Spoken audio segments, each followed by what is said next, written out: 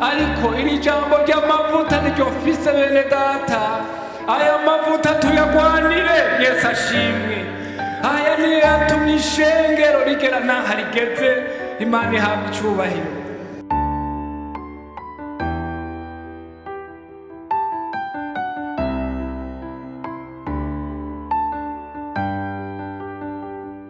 Dusoma amajambo y'Imana tunyarutsa Zaburi 45. Yesu nashimwe ko twamenye Yesu ntaco tuzoba. Kibazo nuko tuca tumuvako, yaduha promotion tukaca tumuvako. Yesu adufashe. Mani hezagire. Umuvyeyi araza kubivuga, mbega abanyarutana turiyumva. Yesu ashimwe, sibyo? Aha turiko turahingira byinshi, turiko turabona umugeni wa Kristo. Mwarakoze kudutumira, Imana ibahezagire. Zaburi 45 ku murongo w'indwi. Yesu nashimwe. Amavuta Yesu mbonekwa ka amavuta ndakwirize. Amavuta Yesu mbonekwa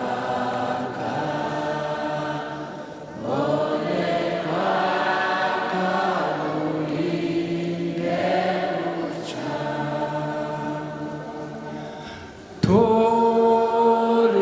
Turirimbe, turirimbe, turirimbe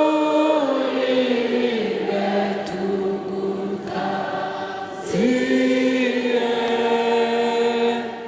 Wewe mwangu kanza kwami,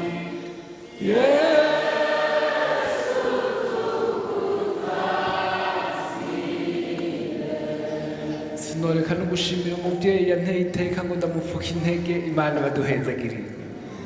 Murakaja mu ijuru hageze, ariko hageze ntiharagera. Ariko 45 ku murongo w'indwi twashitseyo. Wakunze ukugororoka wanka ubugararije, nico catumye Imana niyo Mana yawe ikurobanuza amavuta y'umunezero, ikakurutisha abagenzi bawe. Imana ishimwe. Duhejeje kumva amajambo menshi aciye mu ndirimbo, ariko ijambo mfise ni iry'amavuta. Yesu ashimwe. Ndakunda ishengero rya Pentekote kubera rivugwamwo aya mavuta, kandi uyarondeye arayaronka. Aya mavuta ni mpwemu yera. Yesu ashimwe. Ndashima Imana yuko kuva nkijijwe ntibarantamura. Mbega sishimwe? Mbeho sishimwe? Ni kubera nagwanye aya mavuta. Yesu ashimwe. Imana yarangiriye ubuntu, irampa mpwemu yera. Sinovuga uko byagenze, ariko aya mavuta w'umwemu ndakunda kumuvuga, kandi nzokwama ndamuvuga. Mbega imvuye muri koma ndonka ijambo rivuga ngo ntuzopfa, uzobaho wamamaza ibikorwa. Ndashima Imana ko n'ubundi ko ndabivuga. Rero iri jambo rivuga ngo wakunze ukugororoka wanka ubugararije. Erega twakijwe kubera twanse ubugararije, sibyo gahemu? Ibindi biti byaragiye hamwe. Wari umugani muri Bibiliya hariya mu Bacamanza kuri 9 niho havuga ngo ibiti byagiye hamwe birondera uwo byokwimika kugira ngo bitware. Bihera ku mwelayo. Narakunze umwelayo. Umwelayo uravuga uti jewe mwoba munsuzuguje. Jewe amavuta yanje atuma nubahwa n'Imana n'abantu, sinokwirirwa ndahungabana hejuru y'ibiti. Yesu ashimwe. Nako ndavuga no munsi umuntu aronka promotion, niho warugeze aho wovuga Imana neza, ariko ukazusanga umuntu arabitaye. Yesu adufashe. Imvuga igahinduka, n'imyitwarire yiwe igahinduka. Ariko iri jambo ry'amavuta niryo mfise bene data. Aya mavuta tuyagwanire, Yesu ashimwe. Aya niyo yatumye ishengero rigera n'aho rigeze. Imana ihabwa icubahiro. Nico gituma nkunda kubwira abakozi b'Imana ntigwaruka, zamura rusunika gwuzure mpwemu yera, nibwo bukomezi bw'ishengero. Rero aya mavuta yaranyigishije mu minsi iheze. Nagize accident mu minsi iheze, hama rero ndi imodoka irakiza imeze neza, barashiramo n'amavuta atari make ndabona ko yuzuye. Mugabo impande yaho tuba hariho akagazo mparika mu imodoka, sinamenya ko hari akantu kangiriye nabi, amavuta arameneka yose arahera. Kubera nari nzi yuko atana kimwe nca ndayikorokeramo, nari nihutiye ahantu. Hama rero nshitse uri kwigenda nta na kimwe, ariko nshikiye akantu umengo n'akadugo, imodoka iraha ca ngomba guhata. Murazi ko uca wongereza umuriro sivyo? Sinamenya rero ko ndiko ndonona ibintu, boate yose cirononekara. Abazi by'imodoka murabizi. Kubera iki? Ubusamazi. Yesu adufasha. Byantwaye uburyo bwinshi. Rero bisigura yuko hari aho umuntu ashika ku musozi, Yesu adufasha. Hari aho umuntu ashika ku gatumba k'ibibazo, amavuta akaba yarasesetse. Yesu adufasha. Hari ibibazo birabaho, urugero twatanguye uja mu ijuru, ibibazo birabaho. Ariko hari aho usamara amavuta akahera. Ariko umuntu muhuye n'uwo yashitse kuri uwo musozi, amavuta yaramusesekanye, uza wumva asigaye yishura nabi, mwayaga ukumva avuga ibiraguraga. Yesu adufashe. Rero nagira ndabasabe shengero, twisuzume turabe kwaya mavuta tukiyafise. Yesu abahezagira. Aya mavuta nta kintu cayagutwaye, ntiwoba warasamariye ahantu tuvuta tugahera. Yesu abahezagira. Aya mavuta aravimvye ngo wakunze ukugororoka, wanka ubugararije. Nico catumye Imana, niyo Mana yawe ikurobanuza iki? Twarahawe amavuta. Yesu abahezagira. Hagiye umuntu akijijwe, Yesu abahezagire. Hari abavuye mu bintu byinshi, ariko twaje mu ishengero rivuga amavuta. Mbega uracayafise? Urugo rwahezemo amavuta ntibasenga? Yesu adufashe sivyo? Umuntu yaheze amavuta muhuye muganira amaproje, murashobora kumara isaha muriko murayaga, ariko akubwira vision 2005. Reka ndabireke. Ariko nagira ndababwira umuntu arimo amavuta muriko murayaga, urumva ko aryoshe. Mbega uracaryoshe canke urabishe mu byo uvuga? Aya mavuta rero kukiriho, haracariho ivyizigiro ko ayo mavuta yogaruka. Mwami wacu Yesu, haleluya. Turasenze Mana, uyu gitondo Mwami uduhaye amavuta, uwo yasesekanye asubira yarondere. Urakoze Mwami, uhezagira abari inyuma, mu izina ry'Umwami wacu Yesu Kristo tubisavyemo.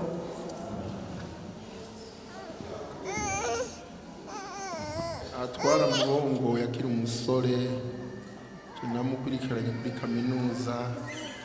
Iyo Yohana mwigisha igice kuri lise Bururi, ntakiri umusore, ndamugore wiwatse hano ihinyana sanana n'uwo mwana ingo.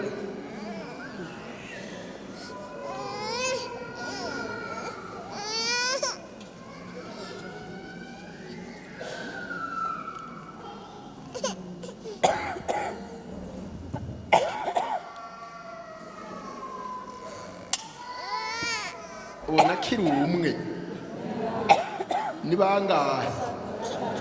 Ni batatu, ni bane.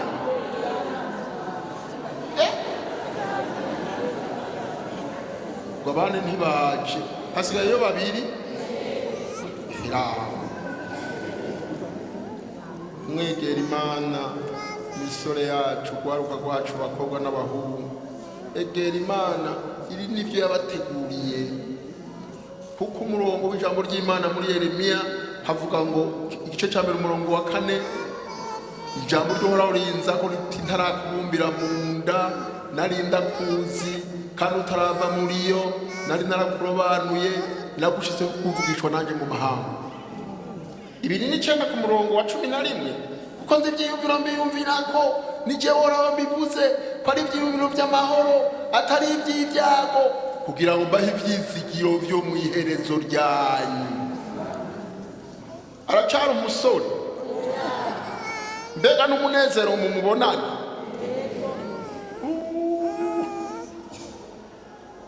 ufaza utimana mwana warakoze turabakire 1 2 3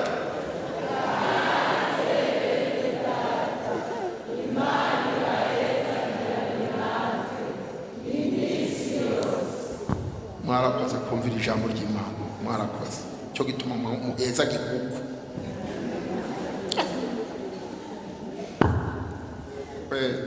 misore yacu gwaruka gwacu bakobwa n'abahungu aha namangiranye intuntu egera Imana nayizobegera iri n'umugambi yabateguriye kuva itaranakurema n'ibyo yaguteguriye urindira uzobibona.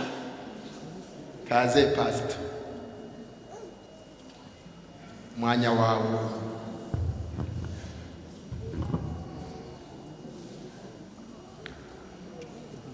Umugororotsi reka genda domeka gusa hinge subire domeke. Umugororotsi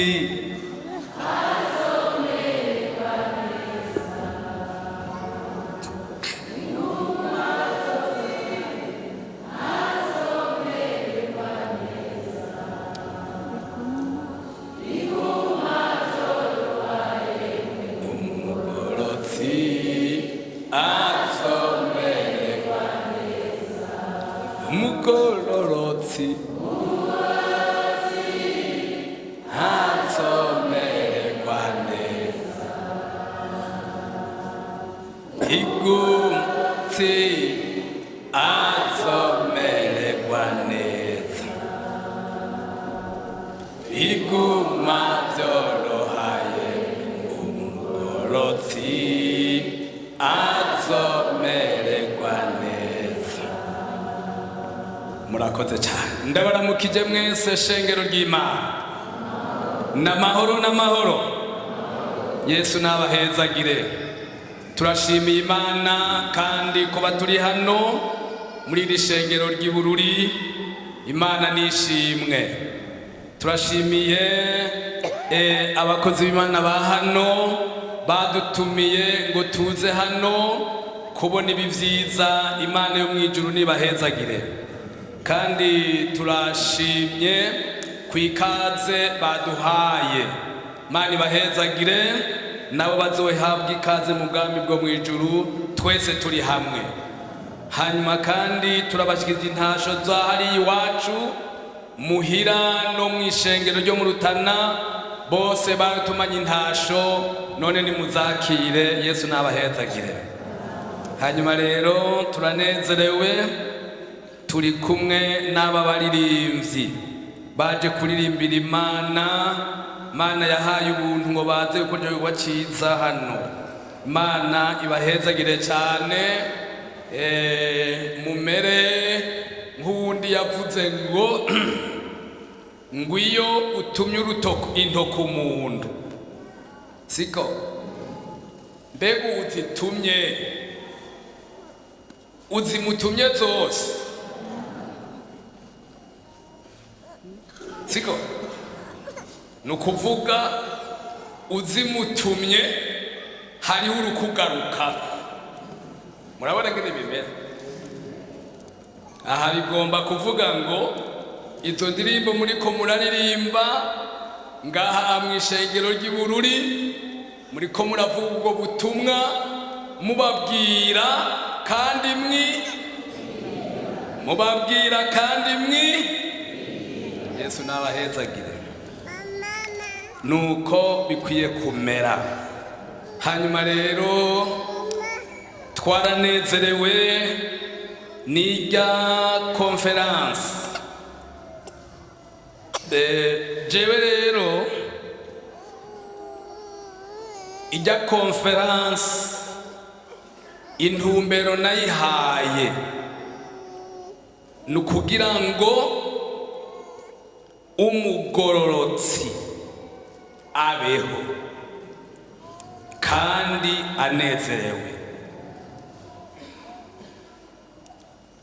Iyo ni resume yanje, nawe urafise resume yawe.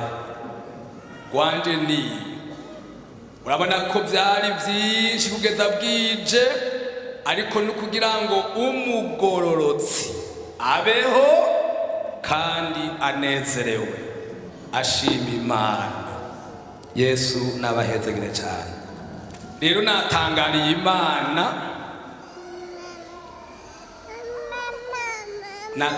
Imana kuko aba baririmbyi nibaza ko bombera temwe bonsurira muri ko murategura izindi mumuzana ngaha.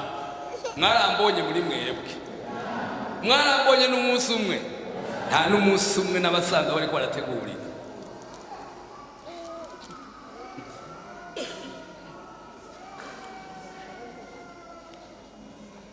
Ariko irya ndirimbo mwaririmbye nibwo butumwa numvise mu mutima no kuvugana n'abaha, nibwo butumwa mfise no kuvugana n'abaha. Eric aha tubonanira hariya nyene dusubira guhurira aha. None rero bijya mwabonye yasomye nibyo mfise. None sinohamagara bihane, sinohamagara baza kwa Yesu ngo mbanze kuvuga, reka mvuge kumbure ntihaja kubura ibindi vyongerako. Ariko Yesu nabahezagire. Nsome mu izina rya Yesu Kristo, ariko ngoma manze mbaza ikibazo. Aho sinzi ko tugitora ko kiragoye. Ndashobora ndibaza ubuza ukintorera ngira ngo nabakarani bo mwishengero canke ni pasiteri hora bamuha raporo y'abakristo ingene bangana. None dukoraniye ngaha turabantu bangahe? Dukoraniye ngaha turabantu bangahe? Babiri.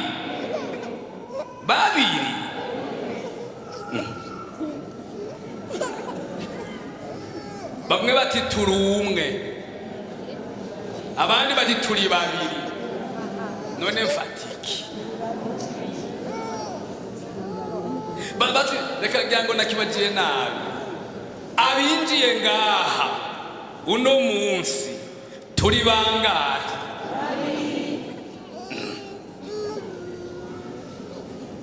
Turi babiri. Turi babiri.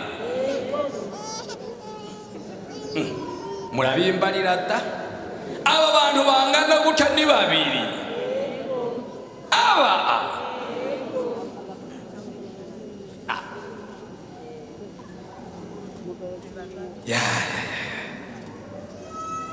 Ndabahaye amanota. Ndabaha amanota.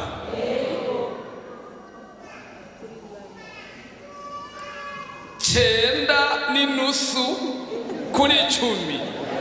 Ako nusu kanje, ako nusu naje ndakisigarije. None jeho kuki. None notahuko. Yesu ashimwe. Abo bantu babiri rero nibo ngomba mbarire mu mwanya muto, ko murazi ko tuja mu kumoso kure. Ngomba mbwira abo bantu babiri. Abo bantu babiri rero tumvise turi ngaha n'umugororotsi n'umuki n'umunyabyaha canke n'umunyakibi. Umugororotsi n'umunyabyaha twese twinjiriye harimwe, kandi twese twicaye kuri izo ntebe. Umuntu rero wese aza kwisanga iwe araca aza kumenya icyaja gukora. Nsome mu izina rya Yesu Kristo, ntangurire muri ya Zaburi. Ariko ubwa mbere reka ntangurire muri Yesaya mu gice cya 3 ku murongo wa 9. Ibyo ari byo byose ndibaza ahantu kabakiriza. Yesaya igice cya 3 ku murongo wa 9. Ayo majambo niyo numvise mu mutima, none nasanze Imana yaduhaye kuri uyu munsi. Ndituzi ic'Imana yagombamwo, ariko yo irafise intumbero yayo. Nsome mu izina rya Yesu Kristo. Amajana 796 muri izi Bibiliya za kera. Nsome mu izina rya Yesu. Mubwire umugororotsi, turi kumwe. Mubwire umugororotsi ko azomererwa neza. Niko Yesaya igihe cya 3 ku murongo wa 10. Mubwire umugororotsi ko azomererwa neza, kuko azotungwa n'ivyo bikorwa vyiwe vyamuje. Umunyabyaha azobona ibara, azomererwa nabi, kuko azogererwa ingero y'ivyo amaboko yiwe yakoze. Yesu nashimwe. Mana Data wa twese uvyagiye ahera mu ijuru, turaciye bugufi imbere yawe, turi mu ngoro yawe. Mana yo mu ijuru, ndasabye ngo muri kano kanya Yesu uduhagarare hagati, maze uyu mwanya ube gwawe. Ibyo ugomba gukorera muri twebwe ubikore, imbabazi zawe zidukikize. Ya maraso wava mu rubavu rwawe Mwami turayakunda, kuko niyo tugira beza mu nyonga z'Imana. Turasabye rero imbabazi zawe zibe muri twebwe Mwami. Hanyuma jewe guhagarara imbere y'umugeni wawe n'ubuntu ngiriwe, ntaco ndico tuma nohagarara mu buryo bwanje, ariko imbabazi z'Imana, urukundo rw'Imana.